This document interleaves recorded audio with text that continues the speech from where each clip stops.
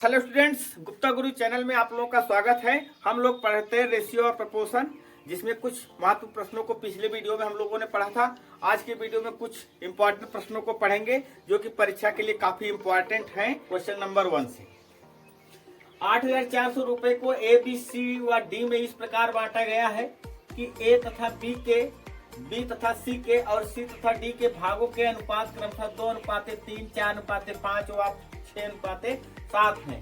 तो ए का भाग कितना है? मतलब यहाँ पर ए और बी का रेशियो दिया गया, बी और सी का दिया गया, सी और डी का दिया गया, अलग अलग रेशियो दिया गया है और जो ए का हिस्सा है वो पूछा जा रहा है। तो इसके लिए हम सबसे पहले क्या करेंगे, ए बी सी डी यानी चारों का जो अलग अलग रेशियो दिया गया है उन चारों का जो रेशियो है उसको एक साथ कर लेंगे कंबाइंड में। तो कैसे करेंगे? ए और बी का रेशियो दिया गया 2 और 3 का, बी और सी का रेशियो दिया गया 4 और 5 का, सी और डी का रेशियो दिया गया है 6 और 7 का। सबसे पहले यहाँ से शुरुआत करते हैं। यहाँ पर सी है, यहाँ पर सी है, यहाँ पर 5 है, यहाँ पर 6 है। अगर इसमें हम 5 से गुणा कर देते हैं तो 5 छक्के 30 और इसको 6 से गुणा कर देंगे तो 6 पंचे 30, अर्थात दोनों में जो सी है सी की वैल्यू बराबर हो जाएगी। इसलिए हम इसमें क्या करेंगे, 5 से गुणा कर देंगे तो 5 छक्के 30 और 5 सते 35।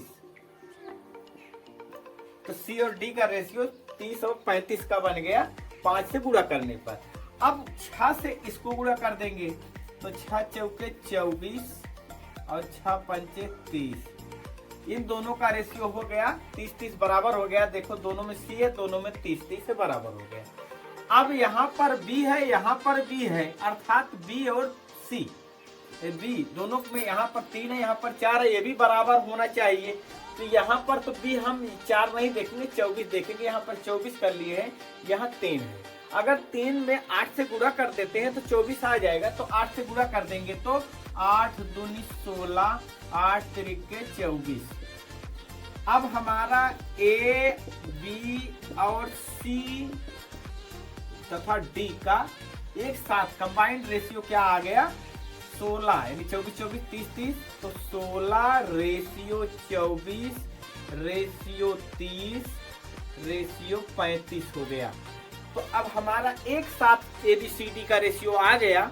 तो अब इस रेशियो का हम योगफल निकालेंगे और हमें ए का हिस्सा निकालना है। तो ए का भाग निकालने के लिए 16 बटे जो टोटल योगफल होगा उतना गुणे 8400 कर देंगे तो ए का हिस्सा आ जाएगा। चलिए देखिए, यहाँ पर निकालेंगे, अनुपाती योग बोलते हैं जब रेशियो को हम जोड़ते हैं। तो 16 प्लस 24, 16 24 प्लस 30 प्लस 35 कितना हो जाएगा, 16 24 6 4 10 2 1 3 4 40 30 70 30 105। इनका योगफल आ गया 105। अनुपाती योग 105 हो गया। तो हमें ए का हिस्सा निकालना है। ए का हिस्सा हम यहाँ लिख देते हैं, ए का भाग बराबर टोटल रुपया है 8,400। 8,400 को हम ये 16 बटे 16 जो है ए का रेशियो है, 16 बटे 105 से गुणा कर देंगे।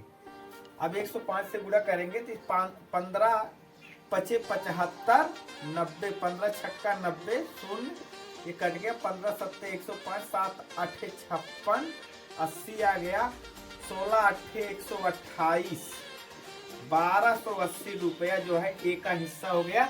इस तरह से यह पहला क्वेश्चन पूरा हुआ। अब हम लोग बढ़ते हैं अगले क्वेश्चन की तरफ।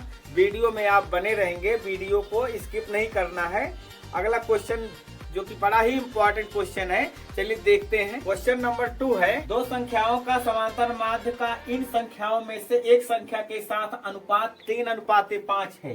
तो छोटी संख्या का बड़ी संख्या के साथ क्या अनुपात होगा? यानी हमारा आंसर दिया गया, दो संख्याएं छोटी और बड़ी हैं, उन दोनों संख्याओं का जो समांतर माध्य है उसका और किसी एक संख्या का रेशियो 3 और 5 का है। तो छोटी संख्या और बड़ी संख्या का रेशियो क्या होगा ये हमें फाइंड करना है। तो चलिए इसके लिए शुरू करते हैं। मान लेते हैं छोटी संख्या छोटी संख्या है x, बड़ी संख्या y, तो समांतर माध्य क्या होगा?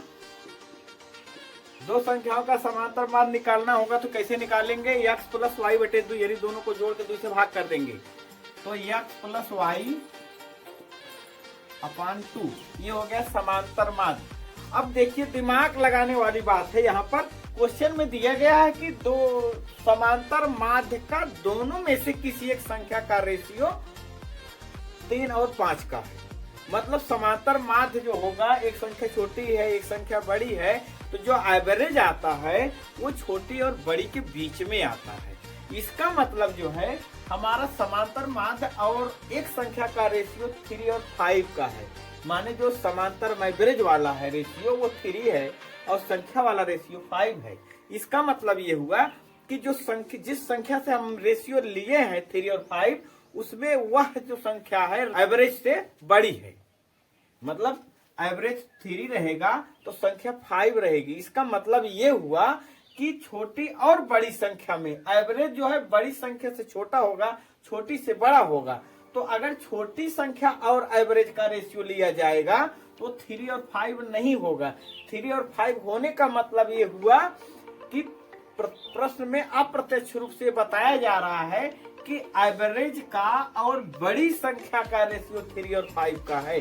तो एवरेज है x प्लस वाई अपान 2। यहाँ से शुरू करते हैं, x प्लस वाई अपान 2, यह है एवरेज।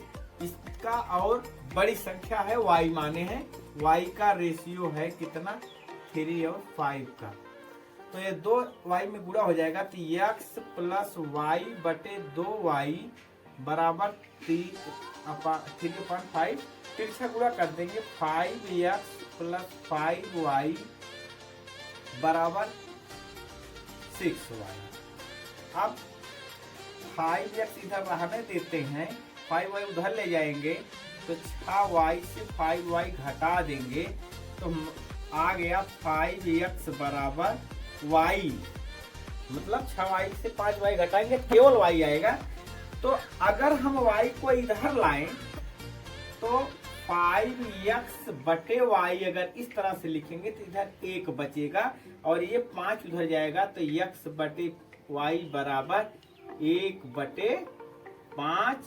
इस तरह से x छोटी संख्या माने थे और y बड़ी संख्या माने थे, तो छोटी संख्या और बड़ी संख्या का जो रेशियो हमारा जो आंसर आया वो क्या आया? x रेशियो y बराबर 1:5, यानी छोटी और बड़ी संख्या का अनुपात 1:5 है। इस तरह से ये क्वेश्चन पूरा हुआ। वीडियो देखने के लिए धन्यवाद। अगर चैनल पर नए हैं तो चैनल को सब्सक्राइब करें।